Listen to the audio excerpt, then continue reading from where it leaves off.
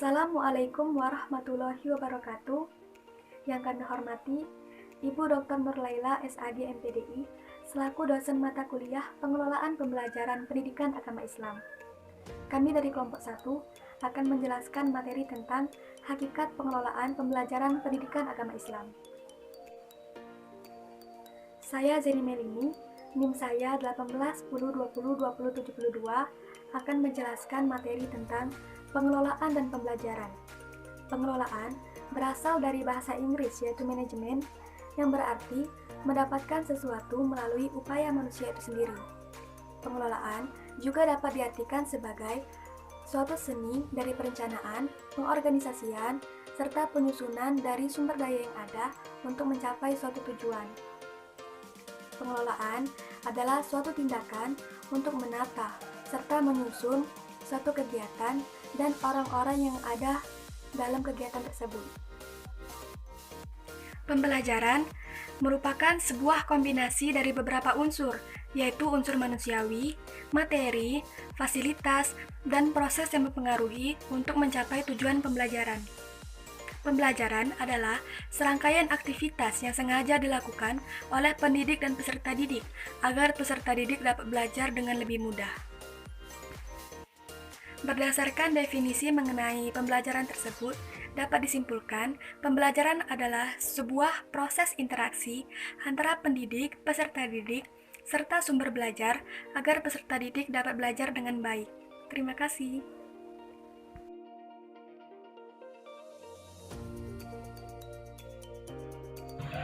Baiklah, saya Putri Rika Amelia dengan NIM 1810202050 akan melanjutkan materi selanjutnya. Pendidikan agama Islam merupakan proses pembentukan pribadi Islami melalui kegiatan atau proses pembelajaran kepada peserta didik agar mereka dapat memahami dan mengamalkan ajaran Islam di dalam hidupnya, sehingga ia dapat menjadi pribadi yang berakhlak mulia. Kemudian dari beberapa penjelasan yang dijelaskan oleh teman saya sebelumnya dan tambahan penjelasan dari saya tadi, dapat kita simpulkan bahwasanya pengelolaan pembelajaran pendidikan agama Islam merupakan pengaturan yang dilakukan oleh guru pendidikan agama Islam dalam menciptakan lingkungan belajar yang baik bagi peserta didik, sehingga tujuan dari pembelajaran pendidikan agama Islam dapat tercapai secara optimal.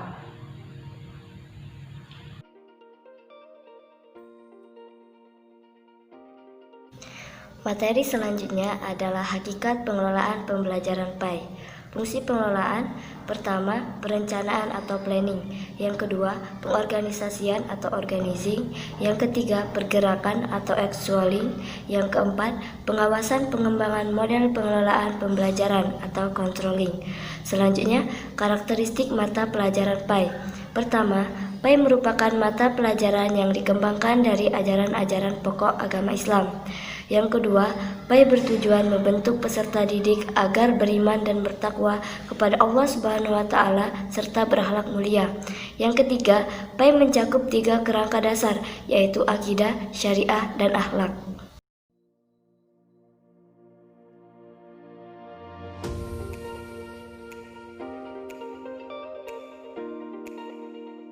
Kusuma Mukti dengan NIM 1810202070. Baiklah, di sini saya akan melanjutkan materi yang telah disampaikan teman-teman saya tadi. Komponen utama pembelajaran efektif. Yang pertama, konstruktivisme, yaitu menemukan makna dari apa yang akan diajarkan. Yang kedua, questioning atau bertanya. Yang ketiga, inquiry atau menemukan. Yang keempat, learning community atau masyarakat belajar. Yang kelima, modeling atau pemodelan. Yang keenam, reflection atau refleksi, yaitu umpan balik peserta didik terhadap guru setelah belajar. Dan yang terakhir yaitu authentic assessment atau penilaian yang sebenarnya. Hakikat pengelolaan pembelajaran PAI mengacu kepada suatu upaya untuk mengatur atau mengendalikan suatu aktivitas belajar mengajar yang berkaitan dengan pendidikan agama Islam. dan berdasarkan dengan konsep-konsep dan prinsip-prinsip pengajaran, sehingga terbentuklah tujuan pembelajaran yang optimal.